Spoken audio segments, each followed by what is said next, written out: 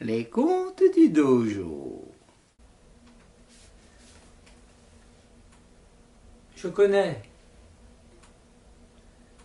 un jeune homme bien fait de corps et bien fait d'esprit.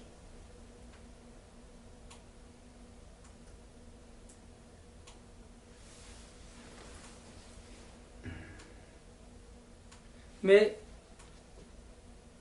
il a ce défaut qu'il m'a dit un jour: je n'apprends que de plus fort que moi. Je pense, pour ma part, qu'on doit apprendre de tous. Il y a parfois des grandes leçons dans les petites choses, des grandes paroles dans les petites gens.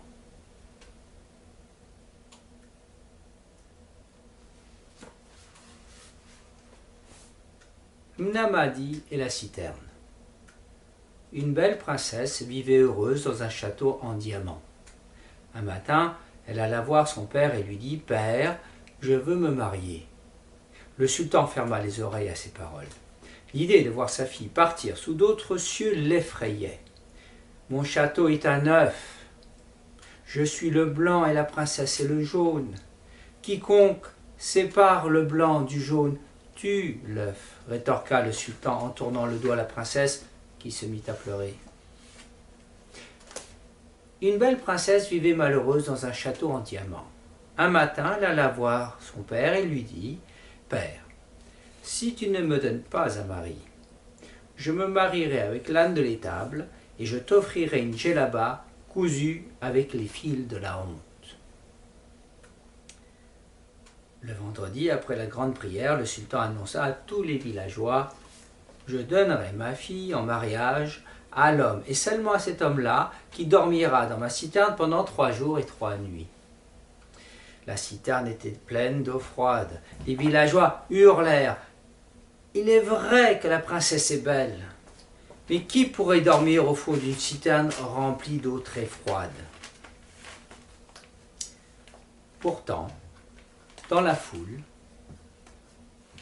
un jeune homme se leva, se présenta devant le sultan et dit: « Majesté, je dormirai dans votre citerne durant 3 jours et 3 nuits. » C'est ainsi que ce jeune homme-là fut jeté dans la fameuse citerne royale. Toutes les nuits, sa grand-mère, munie d'une torche, allait vérifier que son petit-fils était vivant. Mais elle ne voyait rien, car la citerne était très profonde. 3 jours et 3 nuits passèrent. Le sultan ordonna à ses soldats d'aller retirer le cadavre du jeune homme dans la citerne. Mais le jeune homme était bien vivant. Il partit voir le sultan. « Sire, dit-il, j'ai relevé votre défi avec succès. Célébrons mes noces avec la princesse. » Le roi se mit en colère. Il pestait. « Comment penses-tu que tu vas épouser ma fille? Tu te trompes, tricheur. Si tu as survécu, c'est parce que ta grand-mère venait te réchauffer avec une torche. » Le sultan chassa le jeune homme du village. Les jours, les semaines et les mois passèrent. À l'entrée de ce village-là vivait Mnamadi. Un jour, il organisa une grande fête à laquelle il invita le sultan. Le roi et ses hommes se rendirent dans la case de Mnamadi.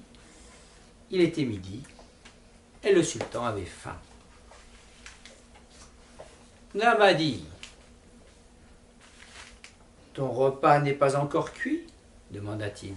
« Non, sire, bientôt, ô mon roi. » Les heures passèrent et le sultan avait très faim. « Mnamadi, je perds patience, cria-t-il. « Majesté, bientôt tout le monde sera servi. Le riz est cuit, la viande est à côté du feu. Sur le feu, rectifia le sultan. Non, à côté du feu, ô mon bon roi. Le sultan et ses hommes se rendirent à la cuisine. Là, ils trouvèrent une marmite de viande posée à côté du feu. Cette viande ne cuira jamais, répliqua le roi. Si, ô mon bon roi, regarde ta marmite est éloignée de ton feu. Peu importe la distance, le feu réchauffe toujours, répondit Mnamadi. Tu es vraiment idiot, Mnamadi. Tout le monde sait que le feu ne réchauffe jamais les objets éloignés, dit le sultan en riant. Et cela fait-il de moi un idiot? Bien sûr, répondit le roi, le sultan.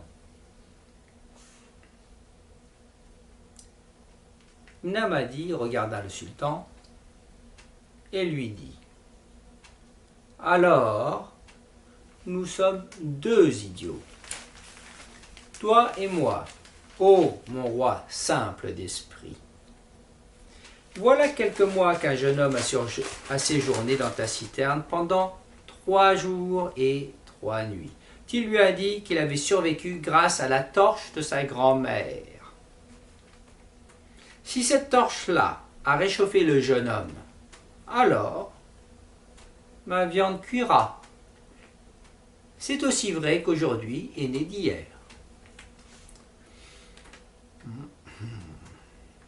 Le roi admit sa mauvaise foi.